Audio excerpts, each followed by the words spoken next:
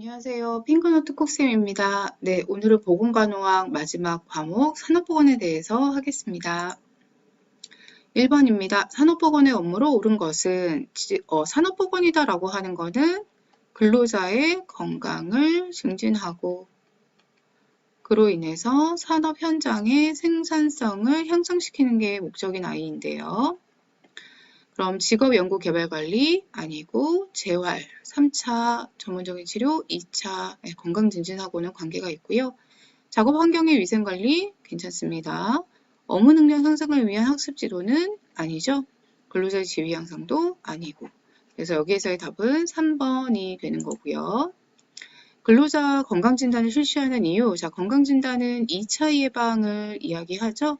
그래서 2차 예방, 조기 발견, 그리고 조기 치료에 해당하는 부분이죠. 작업장의 개선과 향상, 일반 질병 검출. 자, 이거는 약간 물음표 세모로 놓을 수도 있을 것 같아요. 작업의 적합성 여부 파악, 이건 맞죠. 환자 관리 및 추후 관리 아니고, 재활치료 여부 아니고. 자, 일반 질병. 근데 우리가 건강진단이라고 하면 여러분들 알고 계시는 일반도 있지만 특수유해 물질을 다루는 특수, 배치전, 임시, 수시 이런 아이들이 있죠. 그럼 이런 건강진단이다라고 생각하면은 이 사람들을 이런 직업 환경에 노출시키는 게 괜찮을까? 이걸 파악할 때 도움이 되겠죠. 그러다 보니까 근로자 건강진단은 3번으로 보시는 게 더 맞다라고 생각 들고요.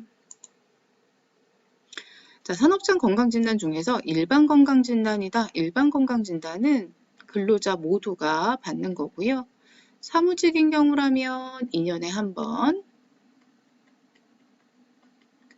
그리고 비사무직이다라고 하면은 매년 받는 부분이 됩니다. 자, 그래서 근로자 가족, 사무직, 특수유해물질, 근로자 전원, 비사무직, 답은 근로자 전원 이렇게 되는 거죠. 자, 특수유해물질이네요. 납을 취급하는 작업장에서 장기 근무 중인 김 씨가 정기적으로 받아야 된다. 그러면 특수건강진단입니다. 자, 수시, 임시, 배치 전이 다 특수와 관계가 있지만 여기서는 장기 근무 중이다 라고 했기 때문에 특수로 보셔야 되는 거고요.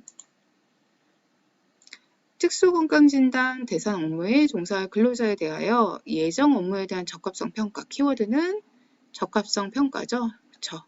특수건강진단 대상 업무에 적합성 평가했으니 배치 전 건강진단이고요.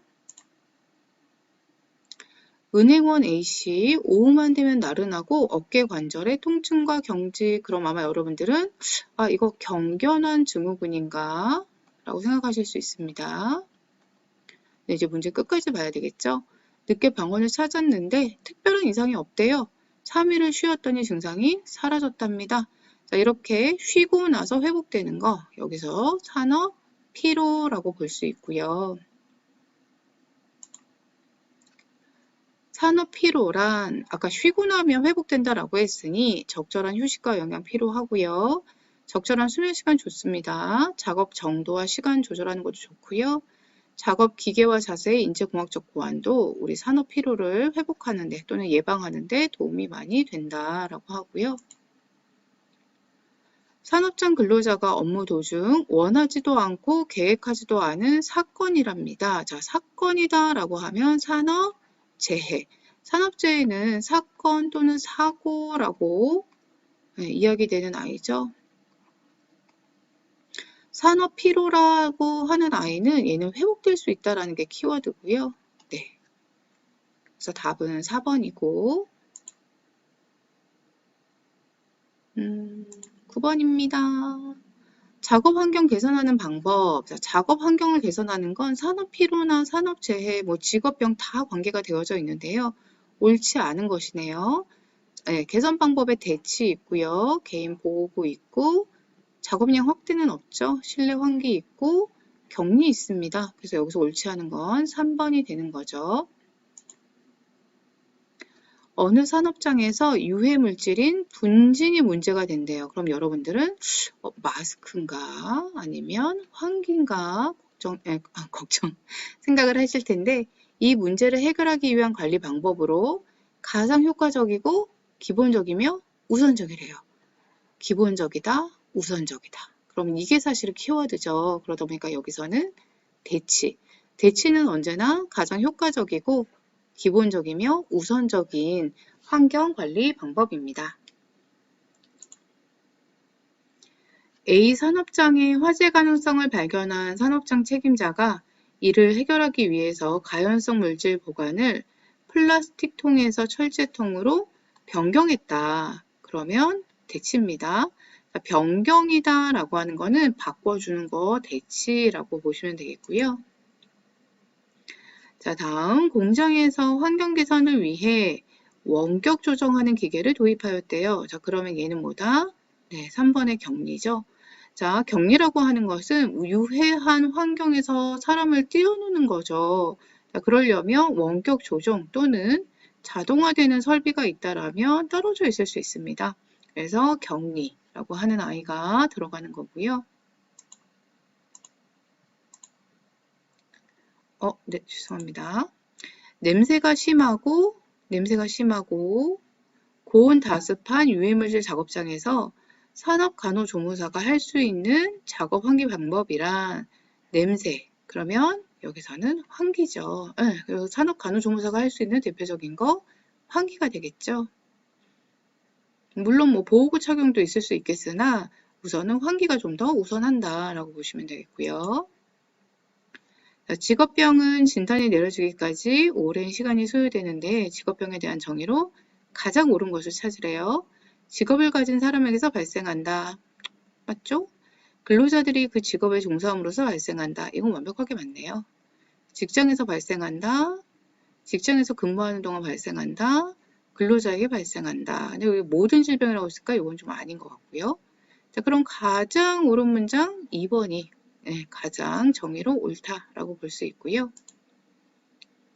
직업성 난청에 대한 옳은 거. 난청이라고 하는 건 이제 소음이죠. 자, 그러면 용적공 살균 복사기, 저기압, 80% 이상 사망, 예방법으로 작업 자세 적정화 운동 마사지 아니죠. 네, 답은 5번이네요.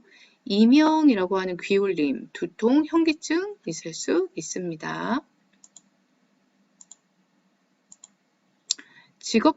네, 죄송합니다. 자꾸 빨리 오네요. 직업병과 발생 원인의 연결이 옳은 것은 소음, 난청이죠.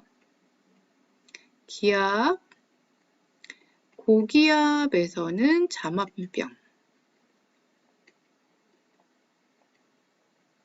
그리고 저기압에서는 고산병 또는 항공병이라고 하는 아이가 문제가 됩니다.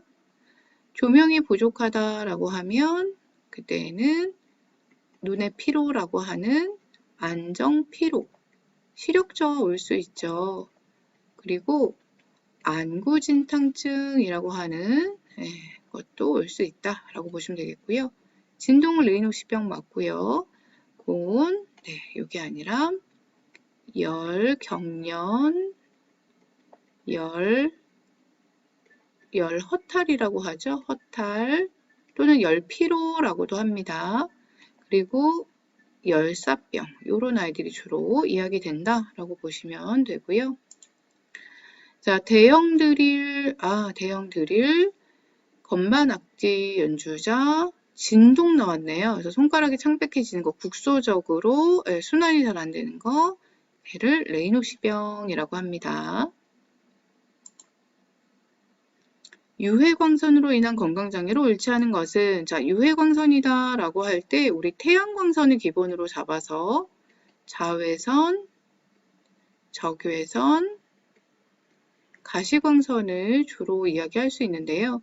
우리가 자외선 하면 눈부심하고 관계가 많고요. 그래서 용적공에게도 많이 생긴다라고 하는 질환이고요. 적외선 하면은 뜨거움. 그리고 가시광선은 조도와 관계된 문제로 보시면 좋아요. 자, 피부암 생길 수 있고요. 항공병 아니고 백내장 가능하고 망막화상 가능하고 색소 침착 가능하죠. 그래서 아닌 것은 항공병이다라고 볼 수 있습니다. 자, 낮은 조도 그러면은 우리가 조명이 낮다라고 보시면 되겠죠. 오랜 시일 동안 작업을 한 김씨에게 눈이 상하 좌우 떨리는 증상이래요. 그걸 우리는 안구진탕증이라고 이야기합니다. 네, VDT 증후군을 예방하기 위한 작업 환경. 자, VDT는 단말기 증후군이라고 하죠. 그래서 컴퓨터를 사용하면서 뭐 두통이 있다, 눈에 피로가 있다 이런 것들을 이제 많이 이야기하는데 주된 증상으로 가장 많이 이야기하는 건 경견환 증후군입니다. 그래서 어깨랑 목이랑 팔에 통증을 느낄 수 있는 거 경견환 증후군. 네, 여기까지 산업보건 마무리 하고요. 여러분들 모두 들어주셔서 감사하고요. 네, 남은 시간도 화이팅 하시고 좋은 주말 그리고 좋은 한 주 되시길 바랍니다. 감사합니다.